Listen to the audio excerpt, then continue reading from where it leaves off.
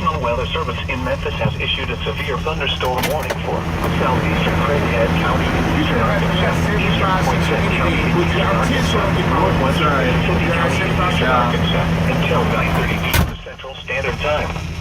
At 8:54 p.m. Central Standard Time, a severe thunderstorm was located near Truman, moving northeast at 50 miles per hour. Hazard, 60 miles per hour wind gusts and quarter-size hail. Source, radar indicated.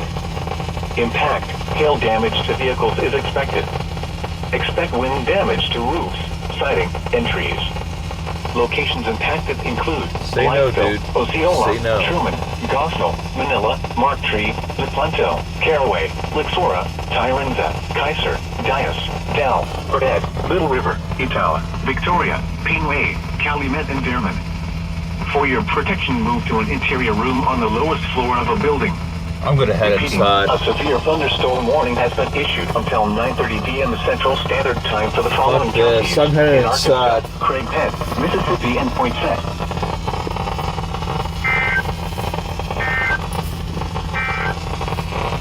A severe thunderstorm warning remains in effect until 9:30 p.m. Central Standard Time for southeastern Craighead. I think that's me.